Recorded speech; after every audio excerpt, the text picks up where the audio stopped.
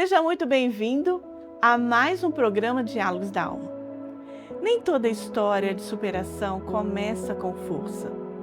Algumas começam com o abandono. Começam na rua, começam no frio, na fome, no silêncio de quem foi deixado para trás.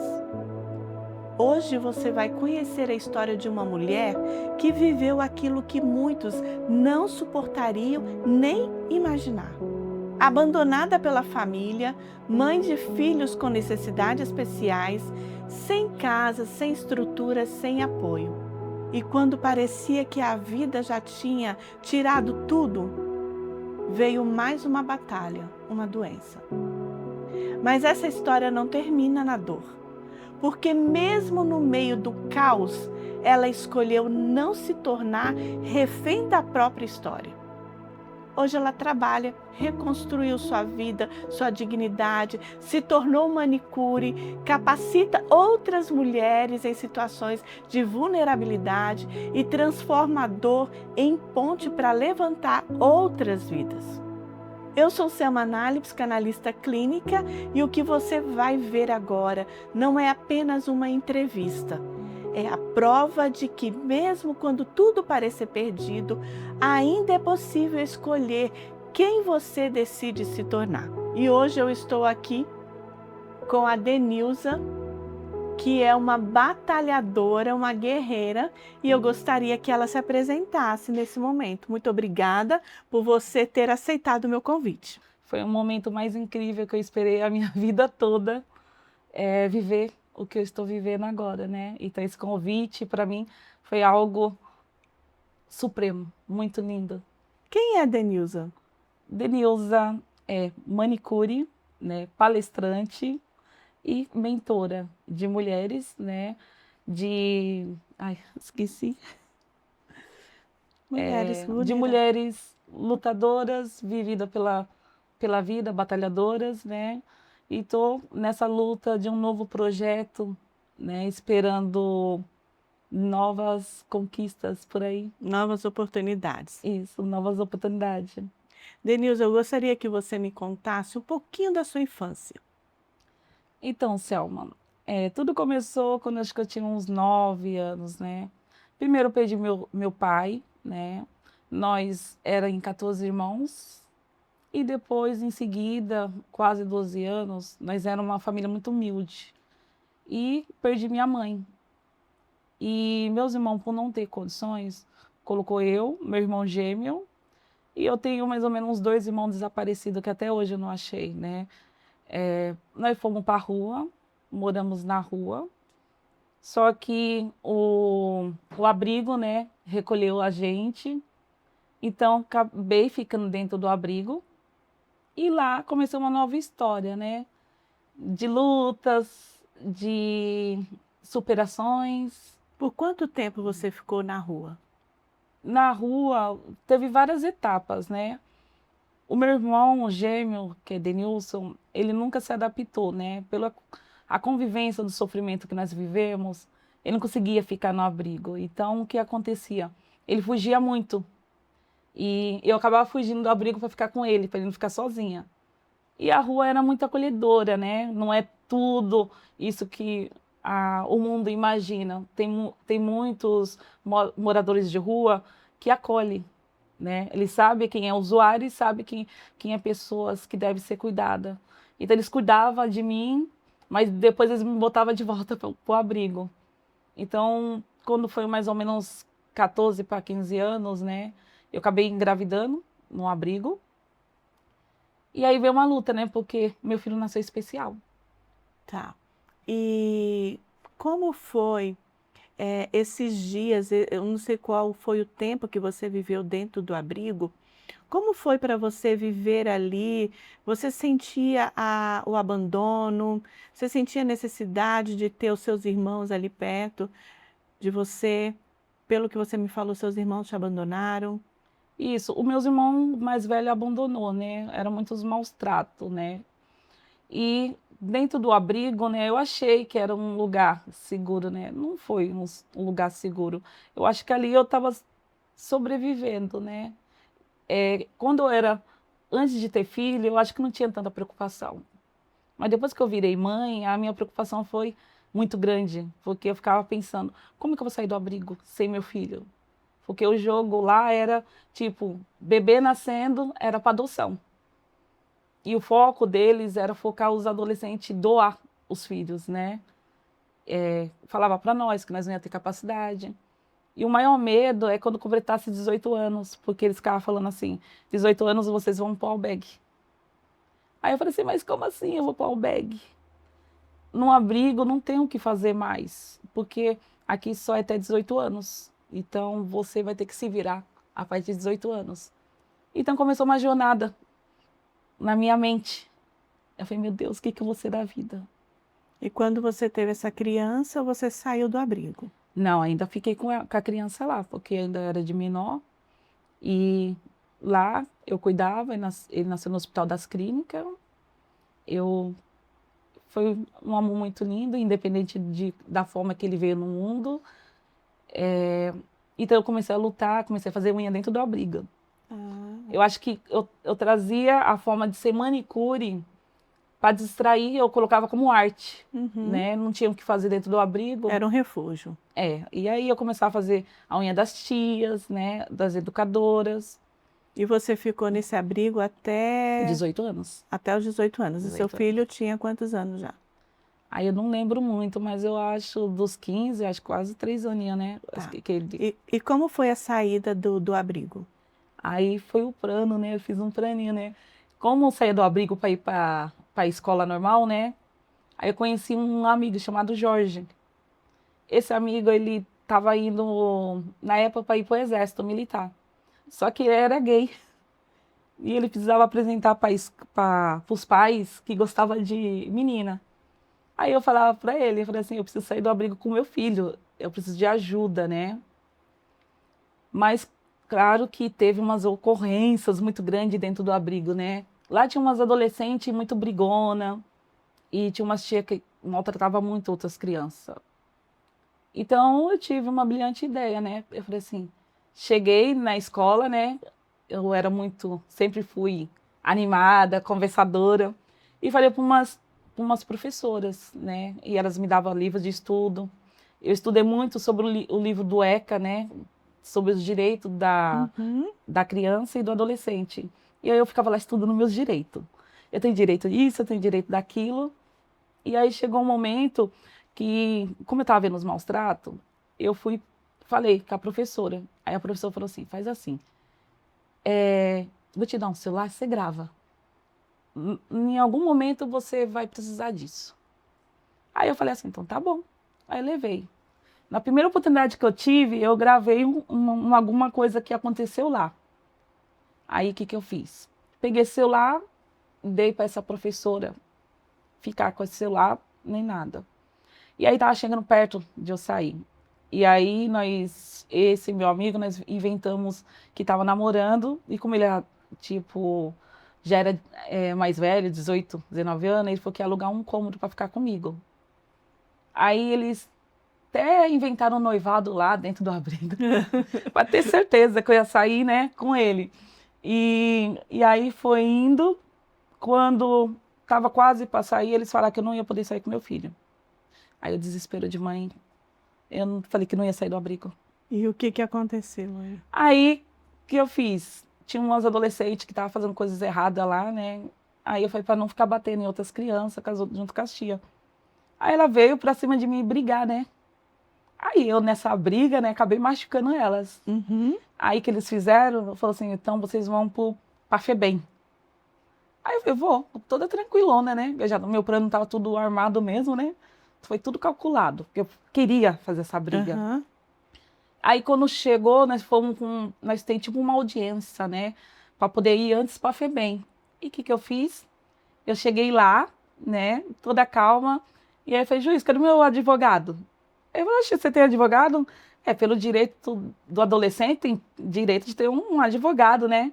Eu falei, oxe, de onde você soube? Eu falei, eu estudo. Aí eles arrumou lá, não sei se era advogado ou não. E aí começaram a falar um monte pra mim, né? Falou assim que era marginal, que moradora de rua. Começou a me colocar pra baixo e eu toda calma, né? E aí eu falei, posso falar? Ele falou, não, você é muito mal criada. Então eu fiquei calma. Quando ele ia bater o martelo, eu falei, eu vou falar. Eu vou mesmo para a FEBEM, mas eu vou falar uma coisa para vocês. Eu vou para a FEBEM tranquila. Só que quando eu sair de lá, eu tenho algo que eu vou botar na rede nacional. Eu vou atrás de jornalista, eu vou atrás de todo mundo e vou publicar o que acontece realmente dentro dos abrigos. Porque é tudo farsa. Vocês enfeitam nós só para tirar foto. Dia dos empresários chegar, nós temos que estar bonitinho. E a vida de lado de dentro é de maus trato. E tudo falso. Aí eu falei assim, mentira, você tá... Aí eles fizeram uma reunião lá e eu toda tranquila. Aí chamou uma pessoa e falou assim, vem aqui, Denilza. Você tem medo? Eu falei, tenho. Vamos fazer uma negociação aqui. Aí eu falei assim, como que vai se tratar essa negociação? Não estou entendendo, né? Aí ela falou assim, não, você é mãe, né? Você defendeu o seu filho, né? Porque bateram no meu filho e eu fui defender. E aí eles pegou e falou assim, ó, se você mostrar essa prova, o que acontece? Nós tiramos todas as acusações e você vai sair com o seu filho. Aí eu falei, vai ser assinado? Quando vocês assinar, nós pode conversar. Aí essa audiência acabou, tudo, eu voltei pro abrigo. E aí depois, passou um tempo, eles vieram, né? Era até uma diretora chamada Elisângela, né? Nunca vou esquecer ela, né? Aí ela pegou e falou assim, Denilza, mostra aí. Eu falei, não vou mostrar, deixa chegar. Aí quando chegou perto do dia, eu falei, pode limpar o meu nome agora. Eu falei, como assim? Eu não vou ficar 18 anos com o nome sujo de FEBEM. Aí, tá bom. Aí fomos para audiência. Aí eu pegou a gravação do celular, que é aqueles pequenininhos antigamente, né? Aí eu mostrei. Eu lembro que 2 tias foi mandada embora do serviço, né? E eles alugou uma casa para mim. Alugou, eu saí com meu filho. E foi a melhor conquista do mundo para mim, né? Que eu queria sair com eles. Eles me deram uma assistência de 1 mês só, né? Com uma cesta básica. Os móveis nós não tinha, né? Tipo, eu fui para uma casa zerada. Eles alugou.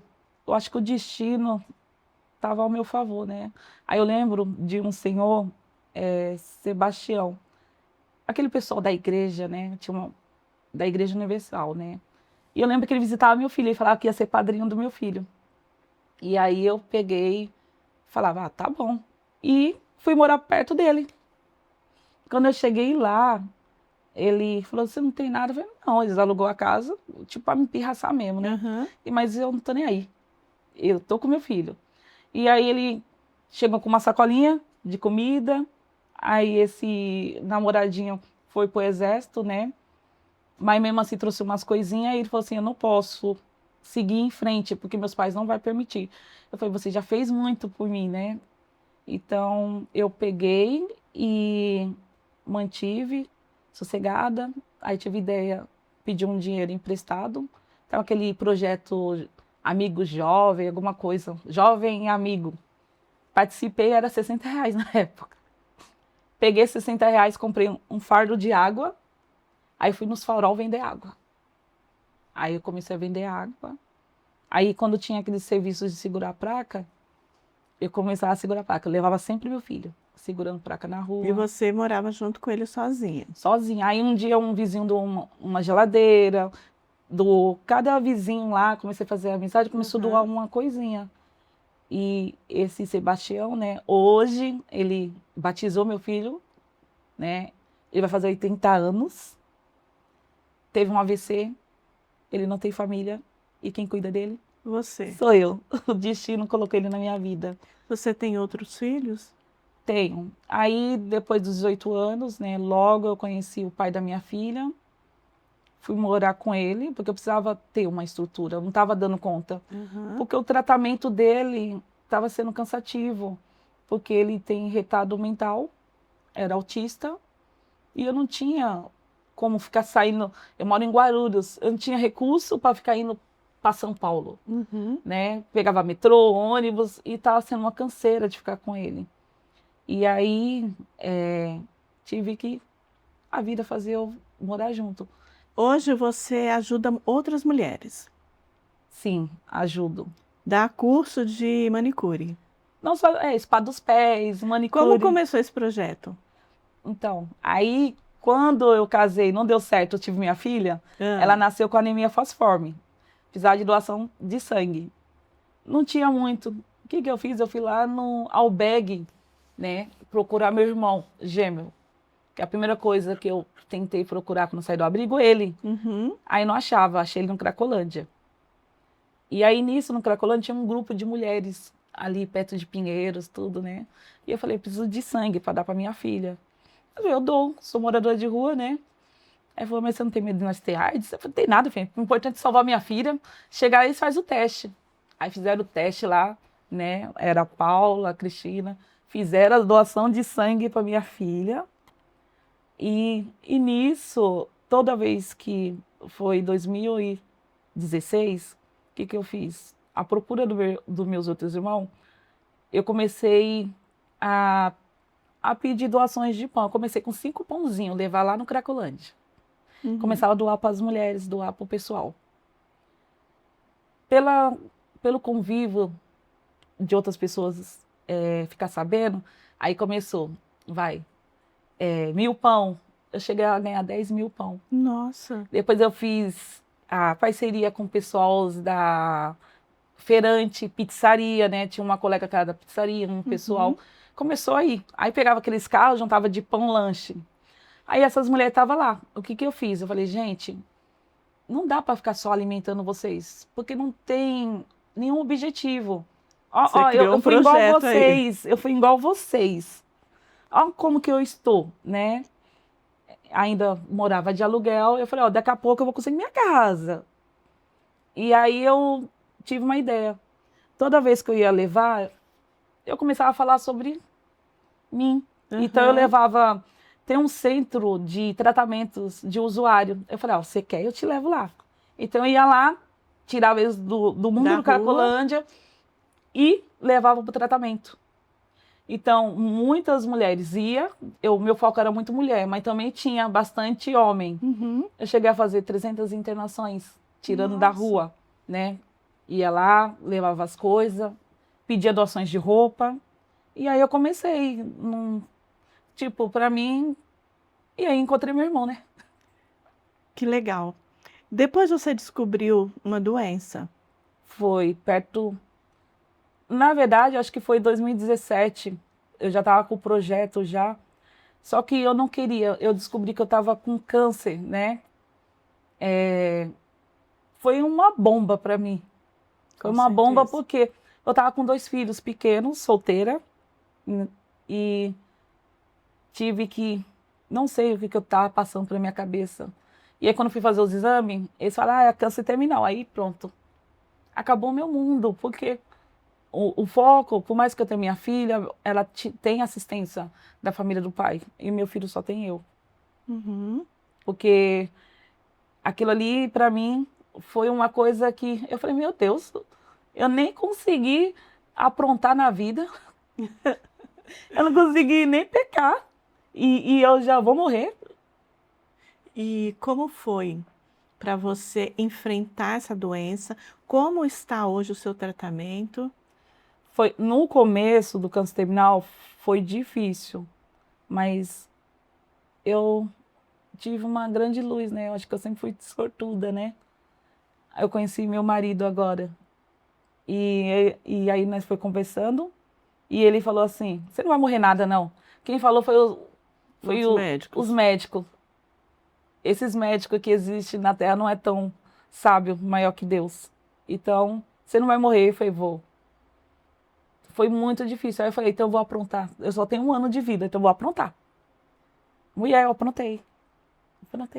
Fez tudo que veio na cabeça. Não, eu gastei os restantes de dinheiro que eu tinha guardado no colchão.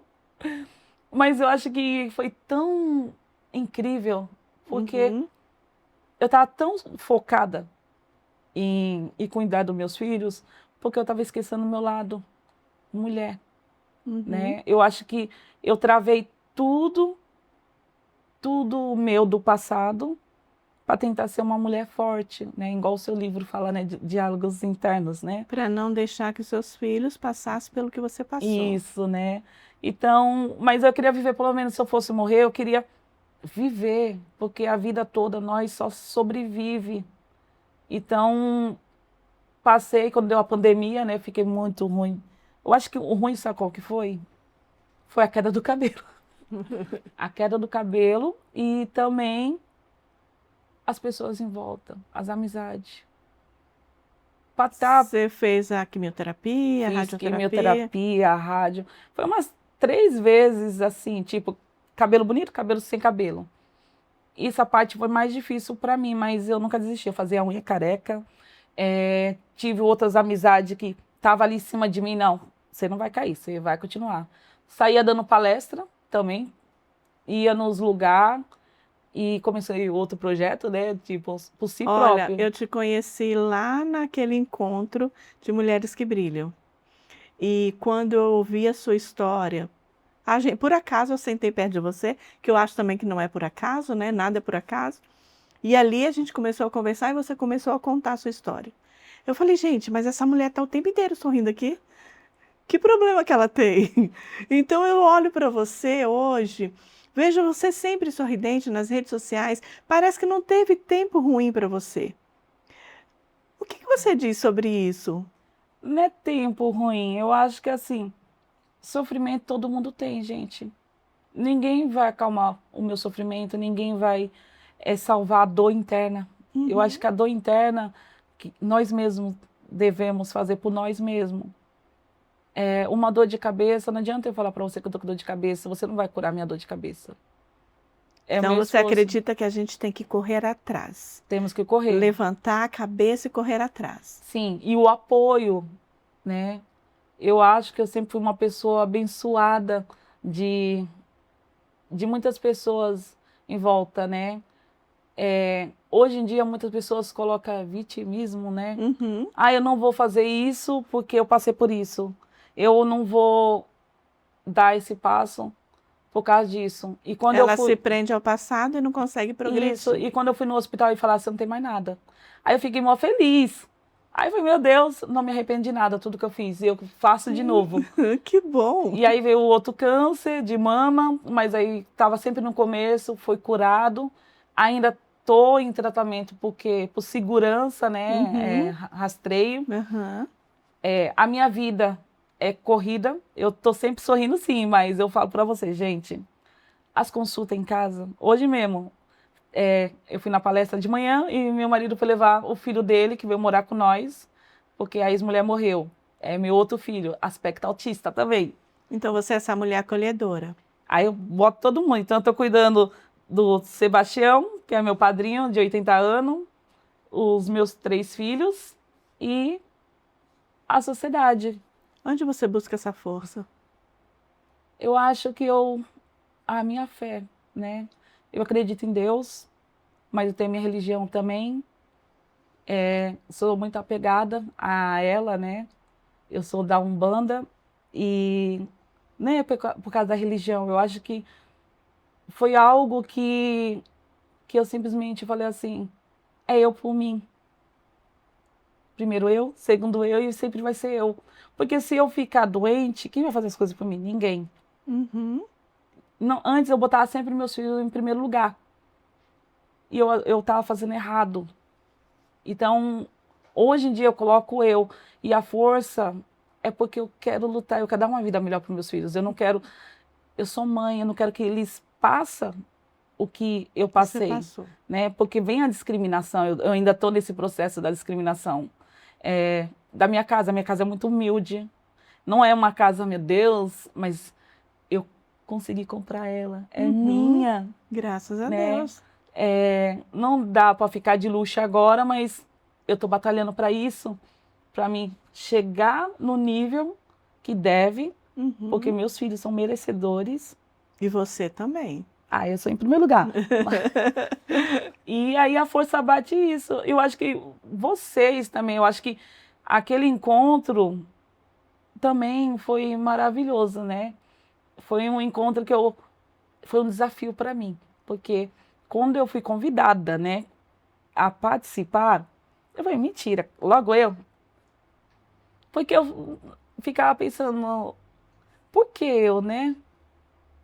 Por que eu não acreditei no meu potencial? Você se achava sempre diminuída, pequena, perante os outros? Sim, porque meus projetos eles são discretos, eu gosto de trabalhar com o povo, né? Aham. Eu nunca trabalhei no mundo de televisão, de internet, sempre foi assim, sossegado. Eu vou lá, faço, né? Hoje eu consigo, faço doação de cadeira de roda, né? Doação de fraldas geriátricas para adultos e pessoas especiais. Que ótimo. Eu não sei como eu consigo. Simplesmente a pessoa bate na minha porta e fala, Lisa, tem umas 4 cadeiras de roda aí, sabe para quem doar? Eu falei, já.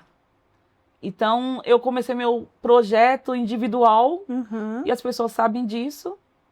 E acolho mulheres, tipo, no sentido, muitas mulheres, principalmente violências domésticas. Não só isso, homem também, né? Porque eu não vou mentir, não, que o homem também sofre, gente. Sofre. Então, eu dou muito conselho, porque o homem, ele é o que, vamos falar, é a madura da casa. Ele tá ali sempre trabalhando, botando a comida dentro de casa. A mulher tá ali também, guerreando com os filhos. Então, a família é um conjunto, se Sim. deve ser tratada. Uhum. Então, eu gosto de estar nesse mundo, cuidando. Eu não posso ser médica, mas esse mundo me torna cada vez mais feliz. O que você diria para as mulheres, para as pessoas que talvez tiveram o mesmo histórico ou nenhum histórico parecido com o seu, mas assim, não vivenciaram o que você vivenciou, mas se sentem lá embaixo mesmo, sem força para lutar, sem força para se erguer? O que você diria para elas? Vale a pena lutar? Elas precisam persistir, continuar lutando, erguer a cabeça? O que você diria para elas? Então, o que eu diria, gente, vocês têm que sim lutar. Lutar por vocês, não pelos outros. E, em primeiro lugar, aceitar ajuda. Muitas não conseguem porque elas não querem aceitar ajuda. E ajuda é essencial na vida de todo mundo. Porque nós falamos, nós somos fortes. Nós não somos fortes se nós não tiver outras pessoas para estar ali nos guiando. Porque eu passei por tudo isso. Não vou falar que eu esqueci toda a dor interna. Eu estou passando por cima dela para que eu possa colher frutos bons. Porque se nós viver do passado, aqueles frutos estragados, a semente ela não vai brotar frutos bons. Então vocês têm que se olhar no espelho, sabe? Jamais deixar ninguém diminuir ou falar que vocês não são capazes, né? Não liga pela questão social, questão de raça, religiosa, porque isso é um fruto colocado na cabeça do homem. Nós somos seres mulheres que merecemos mais e mais. Primeira coisa, filho, deixa a casa de lado. Se tiver para fazer cabelo, arruma o cabelo, arruma a unha, fica linda e o resto, Deus caminha. Você falou algo muito importante sobre a questão da semente, né? Nós, às vezes, mantemos ali aquela árvore podre dentro de nós, com as raízes podres, que são os traumas que a gente viveu, os problemas do passado. Nós precisamos, como alguém que cuida da terra, que faz aquela preparação da terra, nós precisamos fazer isso também com o nosso coração, com o nosso interior. Arrancar aquelas ervas daninhas que impedem que outras flores floresçam, outras árvores deem fruto, para que a gente possa prosseguir. Né? Quando a gente impede isso, a gente está mantendo o quê? Uma árvore sem benefício, uma árvore podre, as raízes estragadas, né? Ali. Então, quando você faz essa abertura, quando você decide lutar, correr atrás, levantar todos os dias, agradecer pelo dia mesmo com todos os problemas, você está quebrando, tirando daquela terra uma raiz podre. Então, cada vez que você faz isso, você está podando a sua planta. E isso é muito importante. É assim que eu vou fazer com que a minha terra interior e as minhas plantas floresçam e dê frutos, como você está dando fruto, cuidando de outras pessoas. Porque me fortalece demais. Exatamente, porque a gente não pode guardar para nós.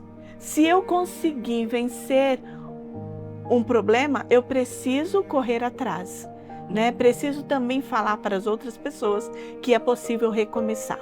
Eu quero te agradecer do fundo do meu coração, que você continue sendo essa mulher vitoriosa aí, lutando apesar de todos os problemas, tá bom? Meus parabéns. Obrigada. Existem histórias que nos emocionam e existem histórias que nos confrontam. Porque mostrar que muitas vezes não é a dor que define o fim, é a forma como decidimos responder a ela. E essa mulher que está aqui hoje não teve facilidades, não teve estrutura, não teve garantia, mas teve uma decisão: não permitir que o abandono definisse quem ela seria.